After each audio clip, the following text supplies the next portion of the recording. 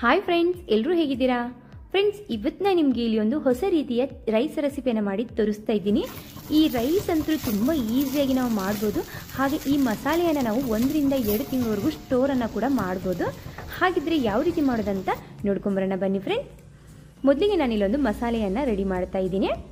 ರುಚಿಗೆ ತಕ್ಕಷ್ಟು ಒಣಮೆಣಸಿನಕಾಯಿ, ನೀವು ಬೇಕಂದರೆ ಹಸಿಮೆಣಸಿನಕಾಯಿ ಕೂಡ ಸೇರಿಸ್ಕೋಬೋದು. ನಂತರ ಇದಕ್ಕೆ 2 ಚಮಚದಷ್ಟು ಧನಿಯಾ ಕಾಳು, 1 ಮುಷ್ಟಿ ಆಗುವಷ್ಟು ಕಡಲೆ ಬೀಜವನ್ನು ನಾನು ಹುರಿದ್ಬಿಟ್ಟು ಸೇರಿಸ್ತಾ ಇದ್ದೀನಿ.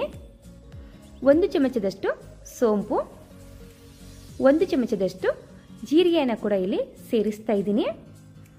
3 ಇಂಚು ತೆಂಗಿನಕಾಯಿಯನ್ನು ಕೂಡ ಇಲ್ಲಿ ಒಣ ತೆಂಗಿನಕಾಯಿನ ಕಟ್ ಮಾಡಿ ಸೇರಿಸ್ತಾ ಇದ್ದೀನಿ. ನೀವು ಹಸಿದು ಕೂಡ ಸೇರಿಸ್ಕೋಬೋದು. 1 ಗಡ್ಡೆ ಬೆಳ್ಳುಳ್ಳಿ, 1 ಕಡ್ಡೆ ಕರಿಬೇವಿನ ಎಲೆಯನ್ನು ನಾನು ಸೇರಿಸ್ತಾ ಇದ್ದೀನಿ. ಫ್ರೆಂಡ್ಸ್, ನೀವು ಈ ಒಣ ಮಸಾಲೆಯನ್ನು 1 ತಿಂಗಳವರೆಗೂ ಸ್ಟೋರ್ ಮಾಡಬೇಕಪ್ಪ ಅಂದರೆ ನೀವು ಇದಕ್ಕೆ ತೆಂಗಿನಕಾಯಿ ಮತ್ತು ಒಣ ಮೆಣಸಿನ್ಕಾಯಿನ ಸೇರಿಸ್ಕೊಳ್ಳಿ. ನೀವು ತಕ್ಷಣವೇ ಮಾಡ್ಕೋತಾ ಇದ್ದರೆ ಹಸಿಮೆಣಸಿನ್ಕಾಯಿ ಮತ್ತು ಹಸಿ ತೆಂಗಿನಕಾಯಿನ ಸೇರಿಸ್ಕೋಬೋದು. ಈ ರೀತಿ ತರಿಯಾಗಿ ಇದನ್ನು ರುಬ್ಕೋಬೇಕು ಫ್ರೆಂಡ್ಸ್. ಈ ರೀತಿ ಮಾಡಿಟ್ಕೊಂಡ್ರೆ ಸಾಕು, 1 ರಿಂದ 2 ತಿಂಗಳವರೆಗೂ ಇದನ್ನು ಸ್ಟೋರ್ ಮಾಡ್ಬೋದು. ನಿಮ್ಗೆ ಯಾವಾಗ ಬೇಕಲ್ಲ ಆವಾಗ ನೀವು ಒಗ್ಗರಣೆಯನ್ನು ಕೊಡ್ಬೋದು. ನಂತರ ನಾನು ಇಲ್ಲಿ ಒಂದು 3 ಚಮಚ ಎಣ್ಣೆಯನ್ನು ಬಿಸಿ ಮಾಡೋಕ್ಕಿಟ್ಟಿದ್ದೀನಿ. ಅದರಲ್ಲಿ ಕಡಲೆಬೇಳೆ, ಉದ್ದಿನಬೇಳೆ, ಸಾಸಿವೆ ಮತ್ತು ಕೊರಿಬೇವಿನ ಸೊಪ್ಪನ್ನು ಸೇರಿಸ್ತಾ ಇದ್ದೀನಿ ಫ್ರೆಂಡ್ಸ್. ಇದಕ್ಕೆ ಈಗ ನಾನಿಲ್ಲಿ ರುಬ್ಬಿಟ್ಟಿರುವಂಥ ಮಸಾಲೆಯನ್ನು ಕೂಡ ಸೇರಿಸ್ತಾ ಇದ್ದೀನಿ. ಈ ಮಸಾಲೆಯನ್ನು ಚೆನ್ನಾಗಿ ನಾವು ಫ್ರೈ ಮಾಡ್ಕೋಬೇಕು. ಕೇವಲ 1 ನಿಮಿಷ ಫ್ರೈ ಮಾಡಿಕೊಂಡ್ರೆ ಸಾಕಾಗತ್ತೆ. ನಂತರ ಇದಕ್ಕೆ ನಾನಿಲ್ಲಿ ಅರ್ಧ ಚಮಚದಷ್ಟು ಅರಿಶಿನ, ಅರ್ಧ ಚಮಚದಷ್ಟು ಗರಂ ಮಸಾಲವನ್ನು ಸೇರಿಸ್ತಾ ಇದ್ದೀನಿ. ಗರಂ ಮಸಾಲ ಇಲ್ಲಪ್ಪ ಅಂದರೆ ನೀವು ಯಾವುದಾದ್ರೂ ಚಿಕನ್ ಮಸಾಲ ಅಥವಾ ಸಬ್ಜಿ ಮಸಾಲ, ಪಲಾವ್ ಮಸಾಲ ಇದ್ರೂ ಕೂಡ ಹಾಕೋಬೋದು. ನಂತರ ಇದಕ್ಕೆ ನಾನಿಲ್ಲಿ 1 ಕಪ್ ಆಗುವಷ್ಟು ಬೀನ್ಸನ್ನು ಸೇರಿಸಿದ್ದೀನಿ. ನಿಮಗೆ ಯಾವ ತರಕಾರಿ ಇಷ್ಟ ನೋಡಿ ಆ ತರಕಾರಿಯನ್ನು ಕೂಡ ನೀವು ಇದಕ್ಕೆ ಸೇರಿಸ್ಕೋಬೋದು. ಆದಷ್ಟು ಬೀನ್ಸ್ ಸೇರಿಸೋದ್ರಿಂದ ನೋಡೋಕ್ಕೂ ಚೆನ್ನಾಗಿ ಅನಿಸುತ್ತೆ, ತಿನ್ನೋಕ್ಕೂ ಕೂಡ ಟೇಸ್ಟಿಯಾಗಿ ಅನಿಸುತ್ತೆ. ಬೀನ್ಸನ್ನು ಹಾಕಿ ಚೆನ್ನಾಗಿ ಫ್ರೈ ಮಾಡ್ಕೊಳ್ಳಿ. ನಂತರ ಇದಕ್ಕೆ ರುಚಿಗೆ ತಕ್ಕಷ್ಟು ಉಪ್ಪನ್ನು ಕೂಡ ಇಲ್ಲಿ ಸೇರಿಸ್ತಾ ಇದ್ದೀನಿ. ಫ್ರೆಂಡ್ಸ್, ನೀವು ಬೀನ್ಸು ಕ್ರಿಸ್ಪಿ ರೀತಿಯಲ್ಲಿ ಫ್ರೈಡ್ ರೈಸ್ ಎಲ್ಲ ತಿನ್ನುವಾಗ ಬರುತ್ತೆ ನೋಡಿ ಬಾಯಲ್ಲಿ ಕ್ರಿಸ್ಪಿ, ಆ ರೀತಿ ಬೇಕಪ್ಪ ಅಂದರೆ ಇದಕ್ಕೆ ನೀವು ನೀರನ್ನು ಸೇರಿಸೋಕೆ ಹೋಗ್ಬೇಡಿ.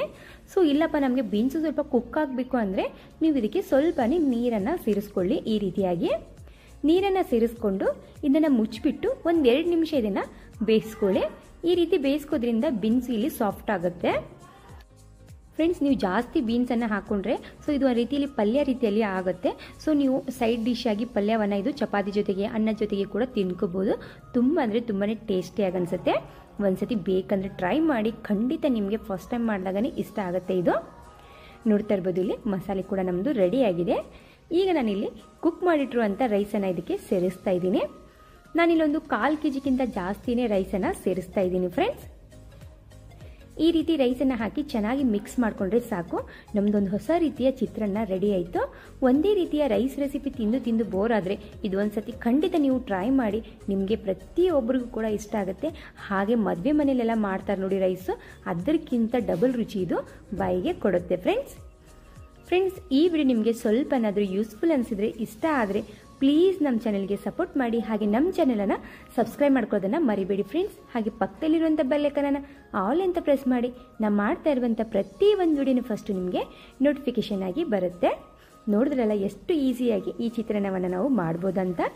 ಈ ರೀತಿ ನೀವು ಮಸಾಲೆಯನ್ನು ರುಬ್ಬಿಟ್ಟು ಸ್ಟೋರ್ ಮಾಡಿಕೊಂಡ್ರೆ ಸಾಕು, ನಿಮ್ಗೆ ಯಾವಾಗ ಬೇಕಲ್ಲ ಆವಾಗ ನಿಮ್ಗೆ ಇಷ್ಟ ಆಗಿರುವಂಥ ತರಕಾರಿಯನ್ನು ಸೇರಿಸ್ಕೊಂಡು ಈ ರೀತಿ ಚಿತ್ರಾನ್ನವನ್ನು ಮಾಡ್ಕೊಂಡು ಇದನ್ನು ಮುಚ್ಚಿಬಿಟ್ಟು 5 ನಿಮಿಷ ರೆಸ್ಟ್ ಮಾಡೋಕೆ ಬಿಡಿ. ಈ ರೀತಿ ರೆಸ್ಟ್ ಮಾಡೋಕೆ ಬಿಡೋದ್ರಿಂದ ತುಂಬ ಚೆನ್ನಾಗಿ ರೈಸು ಮತ್ತು ಮಸಾಲೆ ಹೊಂದ್ಕೊಳ್ಳುತ್ತೆ. ಫ್ರೆಂಡ್ಸ್, ಈ ವಿಡಿಯೋ ನಿಮಗೆ ಸ್ವಲ್ಪ ಏನಾದರೂ ಯೂಸ್ಫುಲ್ ಅನಿಸಿದ್ರೆ, ಇಷ್ಟ ಆದರೆ ಪ್ಲೀಸ್ ಇನ್ನೊಬ್ಬರಿಗೂ ಕೂಡ ಈ ವಿಡಿಯೋನ ಶೇರ್ ಮಾಡಿ ಫ್ರೆಂಡ್ಸ್. ಹಾಗೆ ನಿಮಗೆ ಈ ವಿಡಿಯೋ ಇಷ್ಟ ಆದರೂ ಕೂಡ ಒಂದು ಕಮೆಂಟನ್ನು ಹಾಕಿ, ಇಷ್ಟ ಆಗಲಿಲ್ಲ ಅಂದರೂ ಕೂಡ ಒಂದು ಕಮೆಂಟನ್ನು ಹಾಕಿ ಫ್ರೆಂಡ್ಸ್. ಯಾಕಂದರೆ ನೀವು ಒಂದು ಕಮೆಂಟ್ ಹಾಕೋದ್ರಿಂದ ನನಗೆ ನೆಕ್ಸ್ಟ್ ವಿಡಿಯೋ ಮಾಡಬೇಕು ಅನ್ನೋದೊಂದು ಆಸೆ ಉಂಟಾಗುತ್ತೆ. ಅದಕ್ಕೋಸ್ಕರ ಪ್ಲೀಸ್ ಈ ವಿಡಿಯೋ ಇಷ್ಟ ಆಯ್ತು ಅನ್ಕೋತೀನಿ. ಹಾಗೆ ಈ ವಿಡಿಯೋ ನೋಡೋದಕ್ಕೆ thank you so much friends.